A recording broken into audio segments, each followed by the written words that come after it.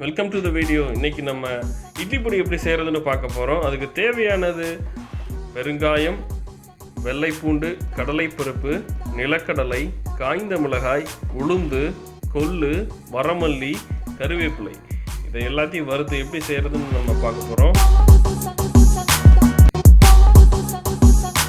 நல்லா vessel first இனிஷியலாக heat ஆகிற அளவுக்கு நல்லா சூடு பண்ணிக்கணும்.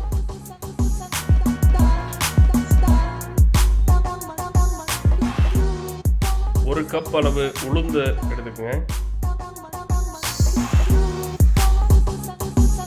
அது நல்லா பொன்னிறமாகிற வரைக்கும் வறுக்கணும். உளுந்து மட்டும்தான் நம்ம எடுத்துக்கிட்ட பொருள்லேயே அதிகமான நேரம் எடுத்துக்கும்.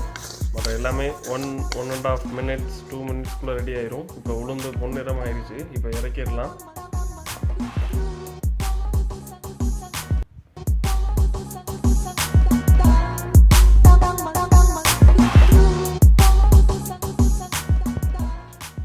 நிலக்கடலையை வறுக்கலாம்.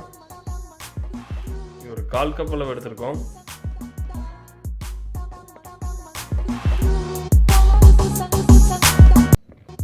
அந்த கருகள் வராமல் கொஞ்சம் சீக்கிரமாகவே வறுத்தரணும். இது ரெடி ஆயிடுச்சு.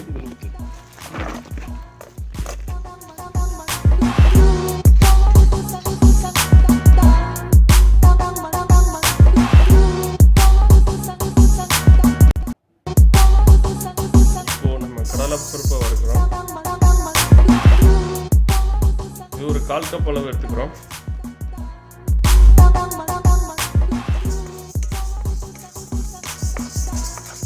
லைட்டாக ஒரு பொன்னிறம் ஆகிற வரைக்கும் வறுக்கிறோம்.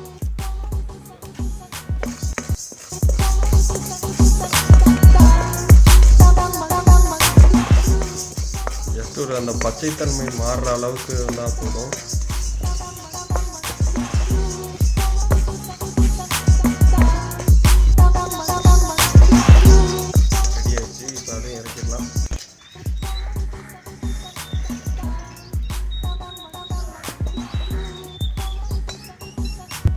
கொள்ளை வறுக்கிறோம். இது ஒரு 1/4 கப் அளவு எடுத்துருக்கோம்.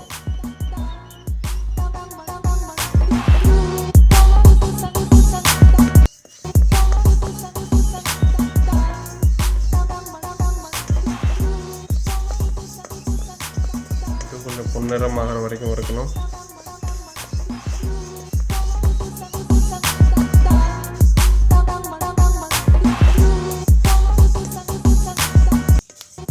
அடுப்பை ஒரு மிதமான சூட்டில் வச்சுக்கிறது நல்லது. இப்போ கொள்ளு ரெடி ஆயிடுச்சு. இப்போ இதையும் இறக்கிடலாம்.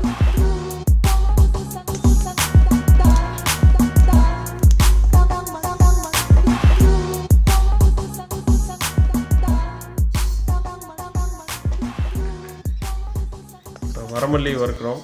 இது ஒரு 3 ஸ்பூன் அளவு எடுத்திருக்கோம். நல்லா இது ஒரு மனம் கொடுக்கக்கூடிய ஒரு பொருள். இது ரொம்ப கருகாமல் ஒரு மிதமான சூட்டில் எடுத்துடணும். ரெடி ஆயிடுச்சு.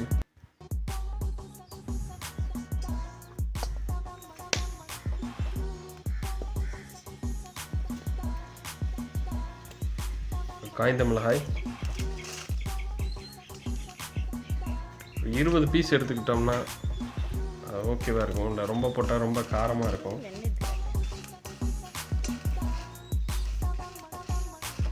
கொஞ்சம் எண்ணெய் விட்டு வறுக்கிறது கொஞ்சம் நல்லது. கொஞ்சம் கருகாமல் இருக்கும்.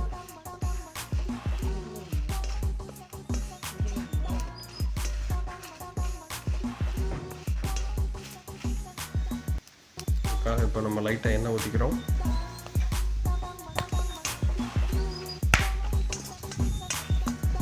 அது ரெடி ஆயிடுச்சு.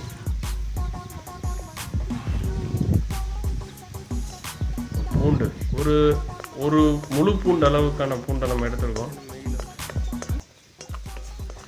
முக்கியமான விஷயம் இதை கருகாமல் பார்த்துக்கிறது தான். அது ரெடி ஆயிடுச்சு. இப்போ அதை இறக்கிடலாம்.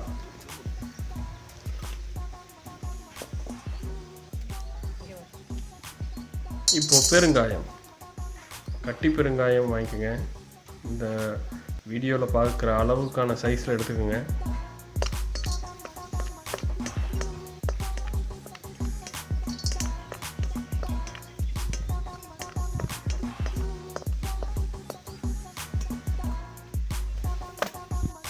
கருவேப்பிலை தான் இதில் ஒரு முக்கியமான விஷயமே.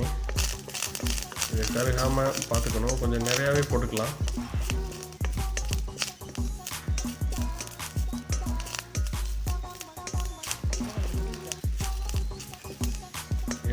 எண்ணெய் பசை இருக்கிற மாதிரி பார்த்துக்கணும் சட்டியில்.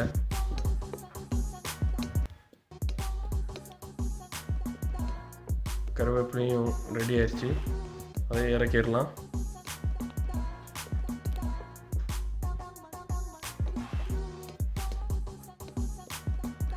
அரைக்கிறதுக்கு எல்லாமே தயாராகிடுச்சு. இப்போ அரைச்சிடலாம்.